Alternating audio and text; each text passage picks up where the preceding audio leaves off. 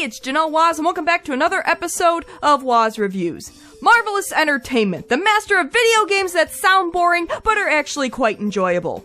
Yes, from the people who brought you Harvest Moon, now Story of Seasons, the wholesome series where you live the simple life of raising crops, livestock, and a family in a peaceful rustic town, comes River King.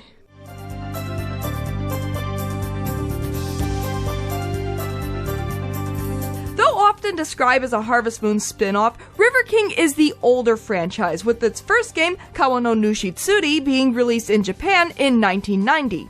However, it wouldn't make its way to the US as River King until 1998, the year following the 1997 release of the original Harvest Moon. Of the 10 games in the series, only 4 River King games found their way into American game stores, one of which was River King, A Wonderful Journey for PS2, which is also the only River King game that I own. Now, a game solely based around fishing may sound boring to you, and you would be correct. And yet, I love this game. Let's get ready for some fishing in this fishy game. This is River King, A Wonderful Journey. Fishing! Fishing. But before I go any further, make sure you subscribe to my channel. I talk a lot about Star Trek, video games, and whatever else I feel like talking about. Be great to have you aboard. New game, character selection, bro, father, mother, sis. I wonder if they're all related or something. That's right, each save file in River King is based around a family, with each member with different starting stats and a different plot. And yet, the game is the same no matter who you pick, except for the beginning and ending cutscenes. Each character has a bio that gives a preview of what's to come, but in the end, with the goal of catching the River King, a big legendary fish. Bro wants to catch the River King for his school project and to make father proud, sis wants to catch it to impress a boy, and father is Captain Ahabing his way through this. I'm going to catch that River King! It's my destiny! Just wait, River King. I'm going to be the one to catch you. I'm coming to get you. I decided to play as Mother, or as I call her, Janelle Waz. That's right, I'm married to this hunk of a man and have 2 kids in a single room house. This is the life. This is the life. This food is the worst! Well, fine. I'll stop serving combat rations. A French onion soup would have really been nice. Miracle of science, these little combat rations. You knew I couldn't cook when you married me! But I still make a mean cup of tea, don't you forget that. So, yeah, the mom story starts in the middle of a fight in front of the children, which will not have any long-lasting effects in the future, I'm sure. And apparently, I've taken one roasting too many and decide to leave my family for an extended period of time to improve my cooking. Hubby's like, "'Kay, until I say the family has to take care of the house while I'm gone." Now, from this, you would assume that the goal of the mom playthrough is to raise your cooking level, maybe even compete in cooking contests that this game does indeed have. But no, the goal is still the same, catch the River King. Not that you would get that from this cutscene, but here we are. That's it. I'm going fishing. But now, what does the gameplay look like? After all, fishing was a side activity in Harvest Moon that you could do in your free time for extra cash. But what does River King, which mainly focuses on fishing, offer? Well, no surprise, fishing is a much more involved process in River King. It's not just a simple matter of casting out into the water and hoping for the best, but requires the right equipment and a little skill. Fishing is broken up into 3 types: bait fishing, lure fishing, and fly fishing, each requiring their own types of rods and bait. You start off with the most basic of bait fishing equipment: a bamboo pole, a bobber, and a little bit of bait. You can buy bait at the local store or even dig it up yourself. And it all starts with a hand-dug American worm. There are, of course, different kinds of bait, such as worms, insects, frogs, bead larvae, among others, which will attract different kinds of fish. At first, you'll only catch small fish that you can either cook to replenish your health or sell for cash. Save up enough money, and you can get better equipment, which will in turn allow you to catch bigger and better fish for more profits. That opportunity plus instinct equals profit. Invest in some lure and fly rods, and you can reuse lures and flies to catch multiple fish, a more cost-effective way of catching fish rather than using bait which is used up when you catch something. Or it gets away. And speaking of catching stuff, to fish you simply cast out while standing by a shore or later on standing in a totally secure boat. Oh, I'm sorry, wash tub! Nothing says you haven't been drinking too much beer while fishing like floating around in a wash tub. You'll see these little gray fish silhouettes in the water, and it's your task to get them to come over to your bait, lure, or fly. Once they nibble on the bait, it's time to reel them in where you get a nice underwater view. And this is where the challenge comes in. As you're reeling in your catch of the day, it'll fight you. And you have to get a feel of when to lessen the tension on the line, in other words, releasing the X button, or pulling on the line, holding X. Do that incorrectly, and the fish gets away with your bait or lures, and you lose health. Do that successfully, on the other hand. All there is a man, a rod, a lake, and a fish. Now, the interesting thing about River King is that it's basically a fishing RPG. Catching fish will not only nab you plenty of fish in the sea, but will also give you experience points, which will in turn level you up. Leveling up will increase your health, running speed, swimming speed, and fishing technique. Now, what exactly is fishing technique? I'm not exactly sure, but if it's too low, this happens. You son of a fish! Watch your language, will you? Gee, where do you learn that? Now, I've said it before and I'll say it again, but after explaining this game, River King probably sounds like the most boring game in existence. And in many ways, it is. But you know what else also sounds boring? Actual fishing! And yet, it's an extremely popular pastime. The idea of sitting in a boat for hours, chugging beer, hoping, praying that a fish finds your bait particularly appetizing and takes a bite? To some, it's a snooze fest. To others, it's a perfect way to spend a Saturday afternoon. To me, this game is simply relaxing. I had a couple of weeks where I was kinda stressed out, and all I really wanted to do was kick back with some tea and fish. Sure, there's not much of a soundtrack to speak of in this game, but it has the sounds of nature for ambiance. You're fishing to the sounds of waterfalls, rushing rivers, babbling brooks, fields with frogs croaking, crickets chirping in a swamp. Heck, there's an entire industry based around the sounds of nature. Albums, alarm clocks, white noise machines, catering to people who just want to chill out. So it's not that crazy of an idea for a game to play nature sounds during the bulk of the game. This game is a very chill game, and I love it for that. There's not even a time management system except for contests. You can really play this game at your own pace, and it doesn't affect your success in the game.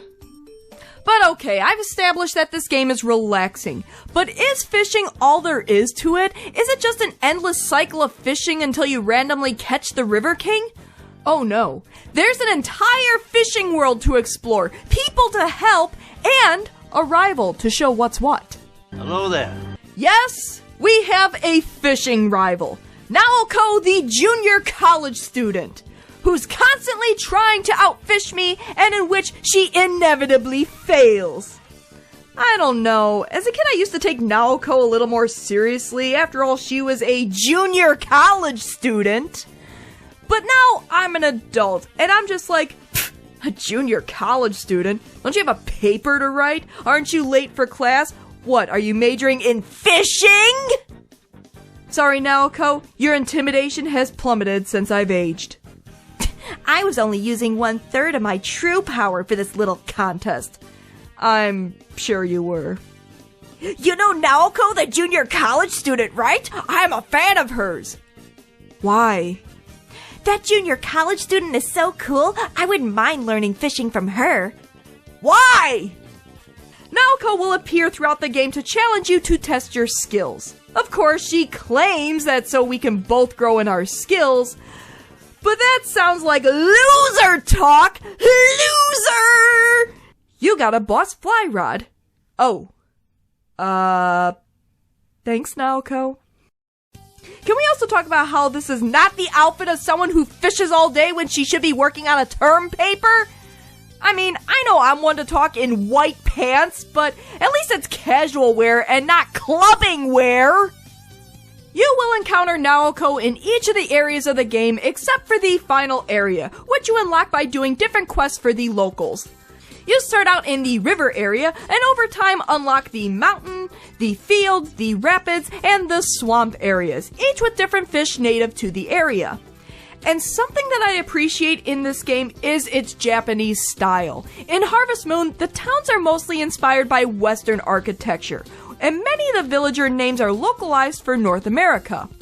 River King, on the other hand, maintains its Japanese roots, and not even the character or town names have been changed. We see homes with tatami mats, hutons, even the entryways in homes where you take your shoes off. Not even the signs are translated. And combine that with nice big maps to explore all in the midst of nature, it's a pretty big plus for me. Heck, each of the areas have lots of places to fish with different segments where you can catch different kinds of fish. I'm pretty sure one of the reasons why I know about different varieties of fish is because of this game, as well as games like Endless Ocean. I love me a good aquatic game. Would I have even known what a coelacanth was if it wasn't for these kinds of games? No. I was a marine biologist. But of course, big areas to fish and over 100 varieties of fish isn't without its problems.